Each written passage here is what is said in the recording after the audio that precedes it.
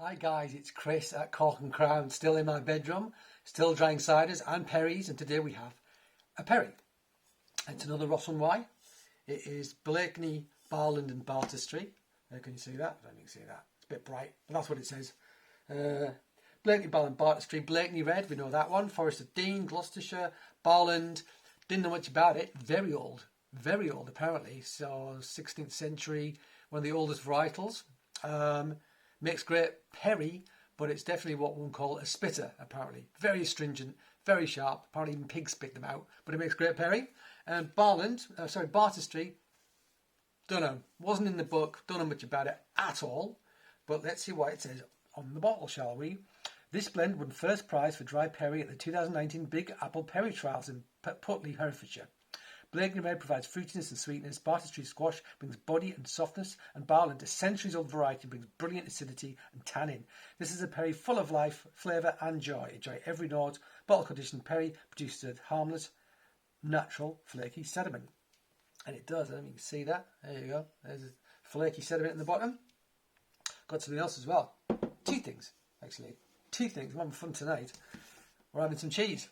More cheese. We're having goat's cheese. There's one. Look at that little guy.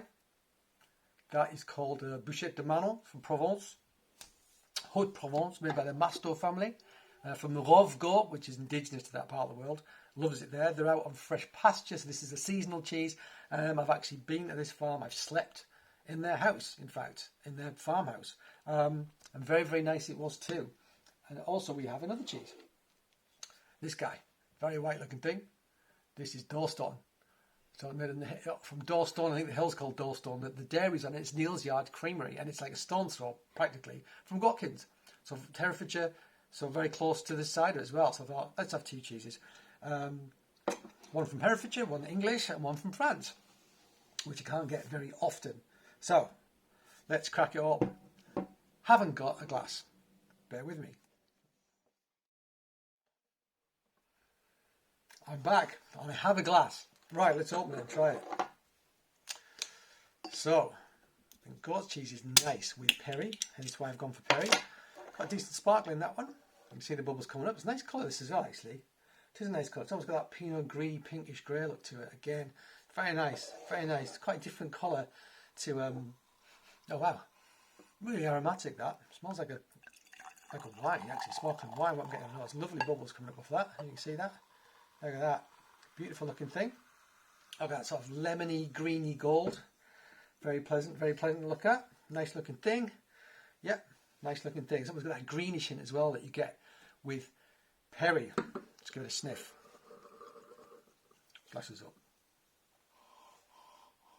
Oh, lovely. Yeah, it's got a wine-like quality, but there's something else in there as well. I mean, you've got that perry. It's got like a lemony sherbety thing, I want to say.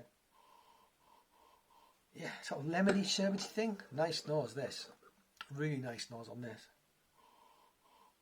And there's almost like something Venus about it, like sparkling wine. Some sort of, I know, something creamy in the background. Excellent nose.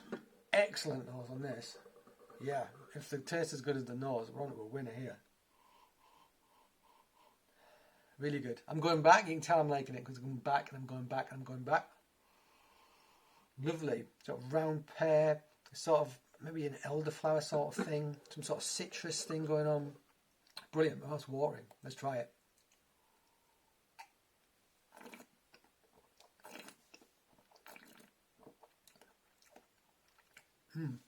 Solid tannins. Hint of funk. Pear. There's a citrus character, definitely.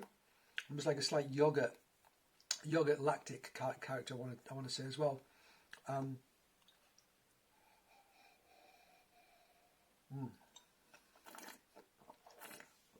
Lovely bubbles, very fine. Yeah, this is nice, and it's dry, but it's got loads of fruit, so it doesn't feel bone dry at all. Yeah, I can see why this did well in the competition. It's a nice one, this. I mean, they're all good, but, you know, there's good and then there's good, isn't there?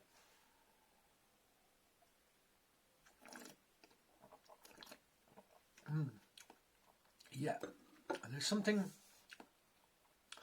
almost like something savoury in the background. I kind of want to say something like slightly goat's cheesy, but I don't think I can smell the goat's cheese. That's what's making me think that. There's something in the background there, something, because I'm a slightly savoury character, which I like. Really good. Really, really, really good. Should we try some cheese with it? That's what we're here for. So yeah, so this is this guy here, if you can see it. There you go. Can you see it? Come on. Where is it? There you go. I have to do it there. So it's got a wrinkly rind on it. Geotrichum, Penicillium geotrichum. You see a lot of goat's cheeses. It gives great flavour. It's quite a unique flavour. It's very hard to describe. It's like nutty, kind of mushroomy, meaty character. It's very difficult to describe the flavour of geotrichum, but it's my favourite mould when it comes to flavour profiles. Some people don't like it, don't like goat's cheese because they don't like those flavours. And it's kind of synonymous with goat's cheese, and most goat's cheeses anyway. And these both have that sort of rind on the doorstone as well. You can see it's got sort of wrinkly. Now this has got ash on it, so we can see these sort of wriggly lines here, almost like brain-like quality. That's the geotrichum. Yeah, very much associated with goat's cheese. Gives great flavour. This is just starting to get a little bit of breakdown just under the rind. They're just starting to soften. I'm going to start with the Mastos Bouchette de Manon because it's going to be more delicate. A little bit of that herb on the top. It's like looks a bit like thyme. I think it's actually winter savoury. It's called. You do get quite a herbaceous character in these cheeses as well. Next time, I've got a lovely texture. It's a light, fluffy texture. It's lactic cheese. I'm not going to go. At some point, I'll get more technical. It's lactic set. It's a long, slow set. The Dawson's pre-drained curd. I don't think this is, but it's got a very pre-drained texture to it. It's very light and fluffy texture. I'm going to try it. Lovely, creamy, fluffy, pillowy texture. Minimal salt. It has so little salt, but it's so well judged. I'm going to have another bit of that. So well judged.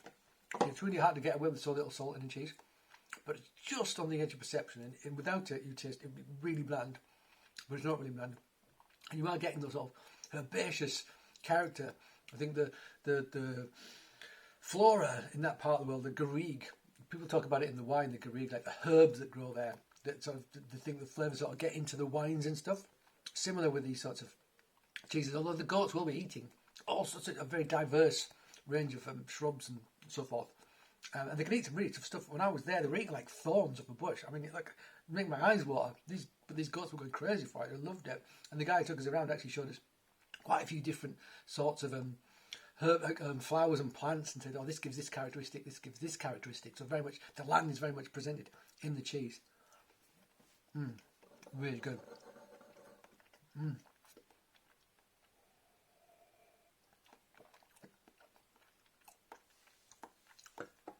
Very nice. I would almost say though, it's not a massive perry, but it's quite full flavoured for a perry. I would suggest that something more delicate would be better. Almost like the Turner's Barn that we had, I think maybe in the last film. I think that would have worked better with it. It was a little bit less rich than this guy. Also had a little bit of sweetness too, which I think there's very little salt in there, but I think the acidity would have worked well with just a hint of sweetness. So we compare it to the Doorstone. Yes, Chris. Okay. The things I do for you. Right, nice big chunk there of Doorstone. See that rind on it? Ashed. A very French thing to do is ash. Kept the flies off. Helped lower the acidity, raise the alkaline nature of the rind, which is what helps the rind to grow actually. As the pH goes up, so acidity goes down, other things are start to grow on the surface. Also very light fluffy texture. More salt. Very similar in texture. Very similar in fact. That's a pre-drained curd thing. It's a pre-drained curd. It gives you a much fluffier cheese than traditional Loire Valley cheeses, which are harder, more friable, stabbable.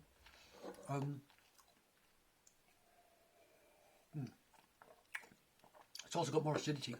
High salt, higher acidity. Still quite delicate, but after the first one, it feels you feel it a lot more, taste it a lot more. Less herbaceous this one, more mineral in character, more kind of stony, flinty, mineral kind of character, more like a creme fraiche, lactic acid character in it as well than the Bouchette de Manon, but still delicate. still very delicate. These are made in very similar ways, these two cheeses. So yeah, I think, depends what you like. I think I'm going to go, I mean, they're both good. They're both good. Because I'm having them back to back, I'd be more critical of each. But I think the bruschette's more delicate, but I think it's just that sort of little bit more sweetness to it. That herbaceous character, I think, is bringing more complexity. But the Dorstone, very happy to eat all of it as well. But it is more mineral, more flinty in character. Slightly bolder on the salt, slightly bolder on the acid, but you know, that's kind of normal for goat's cheese. I think the bruschette's actually the outlier, because most goat's cheeses don't get away with so little acidity and salt as that. One more bit of this.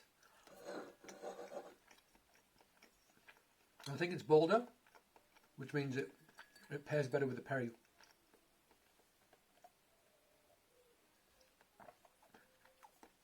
Yeah, I think it does. I think it does. And the bigger acidity with the fruitiness is kind of nice. It's pairing up quite well. I think this Perry, which is excellent, is kind of slightly smothering the bruschette, which is also excellent. They're both excellent cheeses. Both excellent examples of the cheese. But I have to say, I do like this Perry. Blakeney, Barland, Bartestree. It's quite a harmonious ménage à trois, if you want to call it that. One more sip. It's a little bit more funk on the nose as it's sort of breathing. I'm getting more pear as well, possibly as it's warming up. Good stuff, good stuff. So, Bruschette de Manon, got both of these cheeses from Mons Cheesemongers today, www.monscheesemongers.co.uk, because I was delivering quite a lot of cases of Perry and cider to them today, and because I get a nice discount, because I still kind of work there on and off, I decided to get some cheese. So I got these two bits. I got some hard stuff as well, some other soft stuff. So I'm going to bring them up and pair them with what I think are good pairings. But I thought for the Perry, goat's cheese was definitely the thing to go for, and it was. So yeah, there you go. Bruschette de Manon from Provence, Dorstone from Herefordshire. Pretty looking thing with the ash. And, of course, from Ross-on-Wye, Blakeney, Barland and Bartestree. It's a bit bright, but there it is. There it is, if you can see that. Okay, guys. As always, thank you for joining me. Try and get hold of some goat's cheese. And I've got some Perry. I recommend it. But try and get some decent stuff. Don't get crap goat's cheese. There's a lot of crap goat cheese around, so get it from a reputable cheesemongers if you can. All right. As always, thank you for joining me. I hope to see you again next time. But until then, cheers.